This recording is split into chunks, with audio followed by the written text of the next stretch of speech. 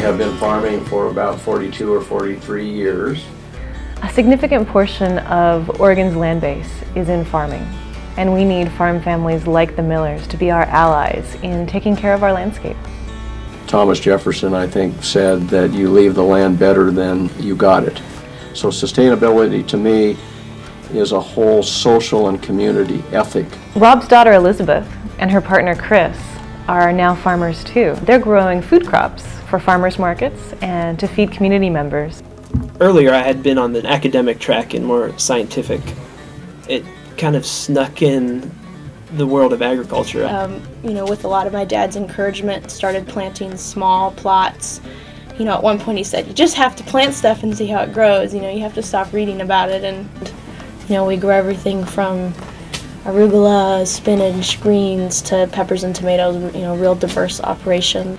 But I'd say that the underlying ethic is very much the same as which I was raised. Be a good farmer so that you don't have to use the chemicals. That's not just a farm that produces food, but that creates, habitat for other birds and insects. So many farm families are now preparing to pass their farms on to the next generation. But if farmers like Elizabeth and Chris can't make a fair living, then we risk losing the stewards of our landscape. I am older now by about 5 years than the average farmer in Oregon, and I don't see how a lot of us are going to be able to make that transition. But now with Chris and Elizabeth, I can see that it is possible. It's actually still difficult for me to say I'm a farmer.